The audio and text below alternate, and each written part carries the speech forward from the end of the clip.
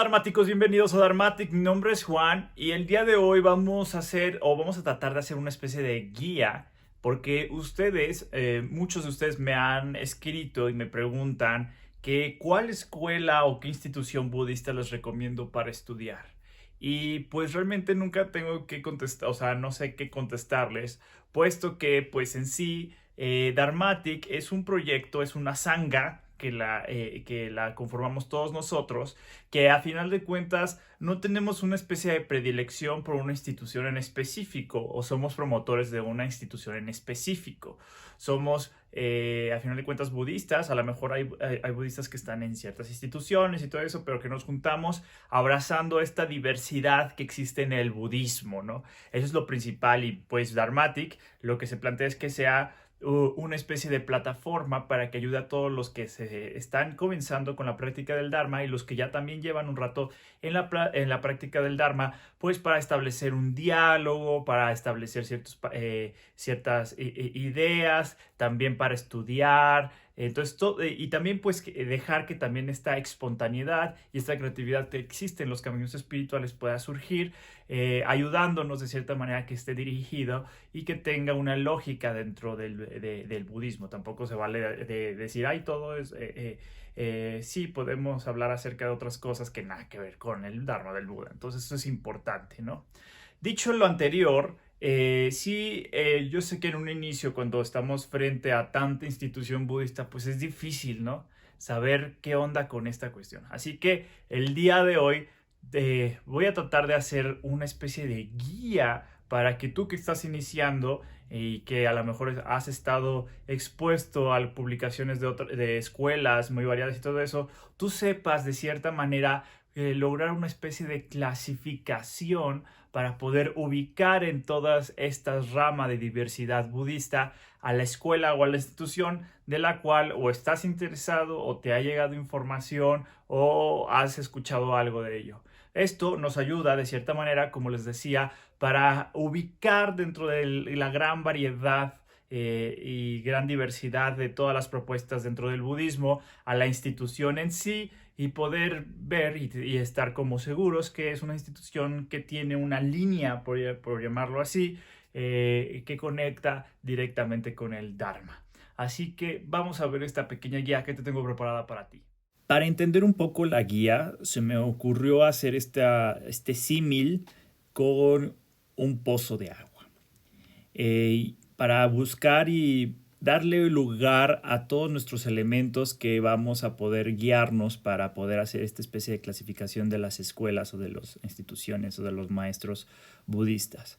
Debemos de entender de cierta manera que el Dharma es como los mantos acuíferos, estos depósitos de agua que se encuentran, es lo que queremos, a final de cuentas, el elemento que queremos para saciar nuestra sed, ¿no? El Dharma es lo importante, es esa agua que está ahí depositada, ¿no? Esta amplitud de todas las enseñanzas del Buda está ahí, ¿no? Luego tenemos a los vehículos. Los vehículos funcionarían como una especie de pozos, donde el pozo es una instalación, al final de cuentas, que nos ayuda y tiene como especie como de tecnología para poder extraer de la tierra estos yacimientos de agua, ¿no? Entonces los vehículos budistas funcionan como una especie de pozos, ¿no? De los cuales nos va a ayudar a extraer el agua del Dharma, ¿no? Luego, posteriormente, tenemos a las tradiciones o movimientos. Las tradiciones o movimientos van a ser el balde de agua que justamente va a extraer el agua de esos mantos acuíferos. Aquí hago una distinción entre tradición y movimientos porque también las tradiciones son las grandes tradiciones que conocemos, que se han gestado durante la historia del budismo. Y los movimientos, me refiero a esas nuevas formas, podríamos decirlo, estas nuevas tradiciones o nuevas formas que actualmente están surgiendo dentro del budismo, que muchas de ellas no ostentan una tradición e incluso algunas deciden cómo mantener una distancia hacia el tradicionalismo budista, ¿no? Entonces, por eso, pero tanto la tradición como el movimiento funcionan como este balde de agua en función al vehículo en donde se encuentran instalados. Luego tenemos a las personas que a final de cuentas son los que hacen la extracción misma, ¿no? Los que utilizan la palanquita y sacan el agua, ¿no? Que nos podríamos referir a las escuelas. Estas son las escuelas budistas.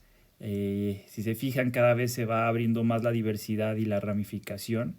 Y la escuela, al final de cuentas, va a estar encargada de ofrecernos un vaso de agua, ¿no? Justamente lo que estábamos buscando. Y en sí podemos ubicar al vaso que nos va a ofrecer con el agua.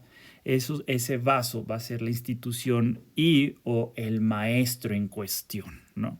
Las escuelas ofrecen, es como la división, podríamos decirlo, de las escuelas es justamente la institución y o los maestros que nos hacen llegar justamente el agua, ¿no? O el dharma, ¿no? Entonces, si se fijan, esto es un proceso como de extracción de la enseñanza hasta cómo nos llega a través de todos estos mecanismos que se han desarrollado en la historia del budismo hacia nosotros hoy en día, ¿no? Entonces es una forma, me parece, como de entender todas estas ramificaciones y diversidad en una forma un poquito más didáctica para entender este mundo inmerso de tantas ramas del budismo. Tomando en cuenta cada uno de los elementos, vamos a hacer un acercamiento a cada uno de ellos. Como vimos, el agua, en este caso, está representando el Dharma y sabemos que el Dharma es toda la enseñanza del Buda en su vasta y amplia magnitud. Luego, el pozo son los vehículos y tenemos aquí 3 vehículos de los cuales nosotros nos podemos guiar.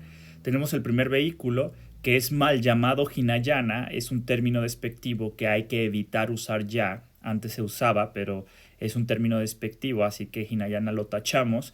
Y a este vehículo es mejor o es preferible llamarlo el vehículo de los Nikayas. Es el primer vehículo. Posteriormente tenemos el gran vehículo o el Mahayana y luego tenemos el vehículo Vajrayana.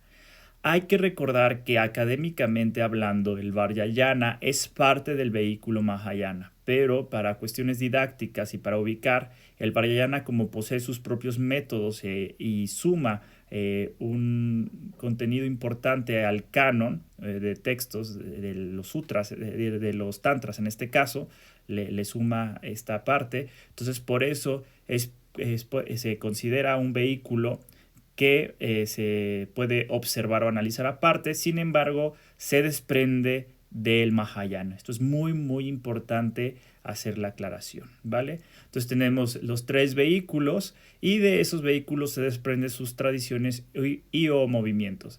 En estas tradiciones son las clásicas tradiciones que sabemos, por ejemplo, el Chan, el Zen, el budismo tibetano, el Mikyo, todo ese tipo de grandes tradiciones que tenemos y de las cuales nosotros nos vamos a poder ver, nos va a poder dar cuenta que estas tradiciones están configuradas con bhikkhus, bhikkhusinis más laicos, es el primer tipo, o sea, monjes y monjas y laicos, esa es una tradición que está compuesta por eso.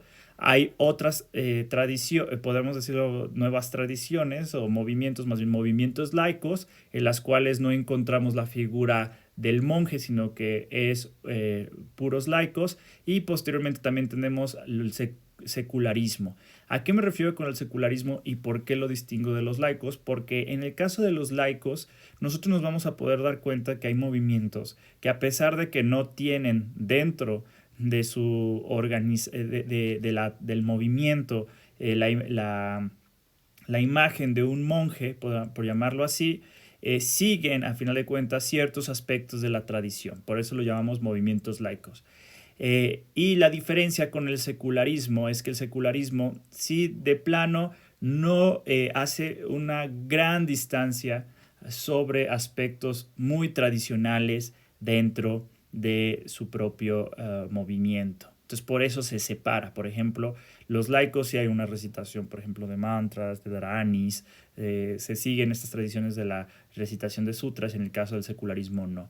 El secularismo se ubica solamente en el estudio y práctica muy específico, ¿no? Entonces por eso hago esta distinción. Luego, posteriormente, tenemos las escuelas. Las escuelas son una ramificación de las tradiciones, se van dividiendo y estas escuelas son ya especificaciones de cada una de las tradiciones y aquí a final de cuentas, por ejemplo, podemos encontrar dentro del Zen japonés, por ejemplo, el Rinzen y el Soto, ¿no? Por ejemplo, en las escuelas tibetanas, bueno, según al académico que consultemos, son 4 o 5 escuelas dentro de la tradición tibetana. Y así nos podemos ir deteniendo en cada una de las tradiciones, viendo cómo se ramifica. Y posteriormente tenemos el vaso, que es la representación de la institución, y o el maestro, en donde a final de cuentas son las instituciones donde se ven solidificadas cada una de estas escuelas. Y de aquí, pues el mundo es impresionante, ¿no? La variedad que existe de escuelas o instituciones o maestros es enorme, ¿no? Entonces nosotros vamos a comenzar, generalmente lo que nosotros estamos expuestos o lo que tenemos al alcance son a las instituciones y o maestros, y posteriormente de ahí vamos a poder ir jalando la hebra para ir justamente yendo cuál es la escuela, cuál es su tradición o movimiento, cuál es el vehículo y a final de cuentas que el vehículo conecte con el Dharma.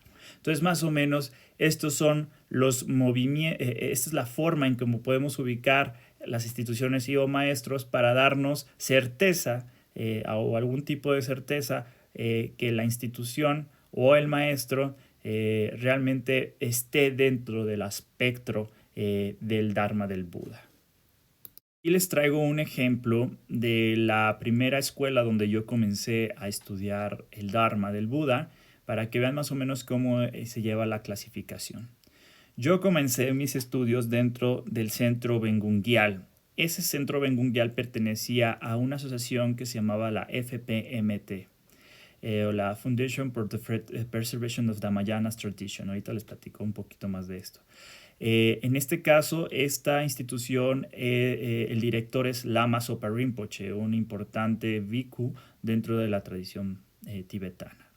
Luego, esta institución pertenecía directamente a la escuela Gelugpa, o lo de los sombreros amarillos. Hay que recordar que les decía que eran 4 o 5 según el académico que se consulte de las escuelas tradicionales tibetanas, y una de ellas es la Gelugpa, sombreros amarillos, que de hecho es la misma escuela de donde proviene la figura del Dalai Lama. Esa escuela Gelugpa pertenece a la tradición del budismo tibetano, justamente. Y el budismo tibetano pertenece al vehículo Vajrayana. Yo les decía que aquí hay algo chistoso o algo que nos puede ejemplificar. En este caso, si se fijan, la institución se llama Preservación para la Tradición Mahayana, Fundación para la Preservación de la Fundación Mahayana, y está, sin embargo, en el vehículo Vajrayana. ¿Por qué? Como yo les decía, el vehículo Vajrayana es considerado que proviene o está dentro del vehículo Mahayana. Sin embargo, pues sí, evidentemente la especialización, en este caso de esta institución, está justamente dentro del vehículo Vajrayana. Para eso, yo sé que a veces nos podemos confundir entre el Mahayana y el Vajrayana, pero es un poquito para entender esta unión y a la vez especialización que tiene el Vajrayana dentro del vehículo Mahayana. Por eso, esta institución es considerada dentro del vehículo Vajrayana. Entonces, este sería el ejemplo de esta institución donde yo comencé mis primeros pasos por el Dharma.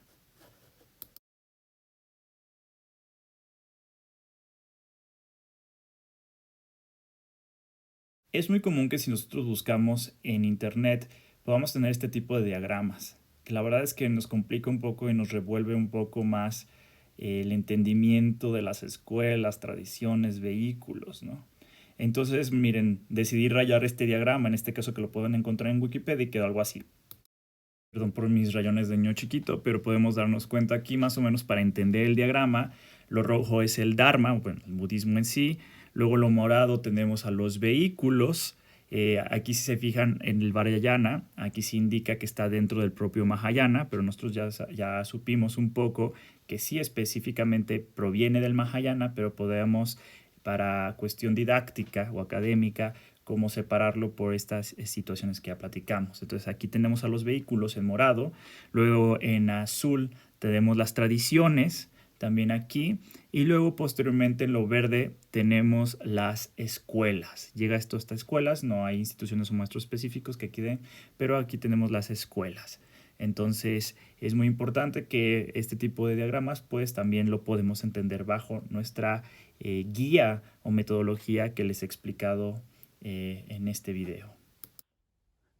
Y esto fue la guía que tengo para ti. Yo sé que, pues, como te lo comentaba, se puede hacer más clasificaciones y se puede hacer zooms más específicos a cada de uno de estos parámetros. Sin embargo, me pareció que es una guía oportuna en general para ti que estás comenzando un poquito en los caminos del Dharma, te puedas guiar y puedas ubicar de cierta manera a estas escuelas, maestros o instituciones a las que a final de cuentas estamos cercanos, ¿no? Coméntame si tú lograste hacer tu clasificación de la escuela o en la de que tú has estudiado o donde estás estudiando, o de que te hayas topado en una escuela y lograste hacer esta especie de clasificación. Coméntamelo aquí abajo. Y pues nada más la reflexión como último para cerrar. Es muy importante, esta clasificación nos ayuda de cierta manera a observar también aspectos importantes, por ejemplo, de las instituciones o maestros dentro del budismo. Tengo un video donde hablo acerca del sectarismo dentro del budismo, aquí te lo voy a dejar aquí abajo, y es importante evitar o señalar cuando se están presentando este tipo de comportamientos dentro de las sanghas budistas, ¿no? Este tipo de comportamientos no ayudan para nada a todo el mundo budista y el mundo de la práctica del Dharma, no ayuda, sino deterioran cada vez más, crear este sectarismo y estas divisiones y este aspecto del purismo que no existe dentro del budismo. Es importante no crear este tipo de cosas. Y también es importante que nosotros tomemos esta iniciativa de que cuando estamos frente a una institución, investigar acerca de los antecedentes de esta institución.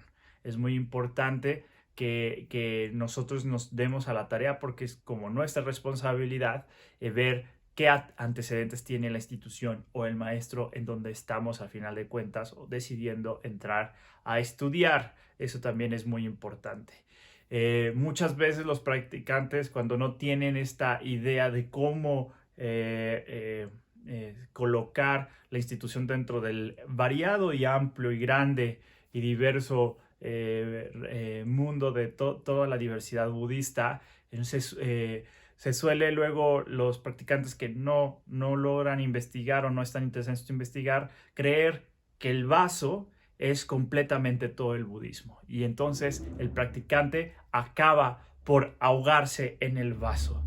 Eso es muy importante, evitar ese tipo de comportamientos porque, como yo les decía, no ayuda absolutamente nada. El budismo, el Dharma del Buda, es una diversidad enorme a la cual nosotros como practicantes deberíamos de estar abiertos y abrazar. Eso sí, se permite el diálogo, el debate entre las propias tradiciones y visiones. Eso claro que es bienvenido, es necesario y es sano en relación a eso, pero también de cierta manera aceptar y abrazar esta enorme diversidad que existe dentro del budismo.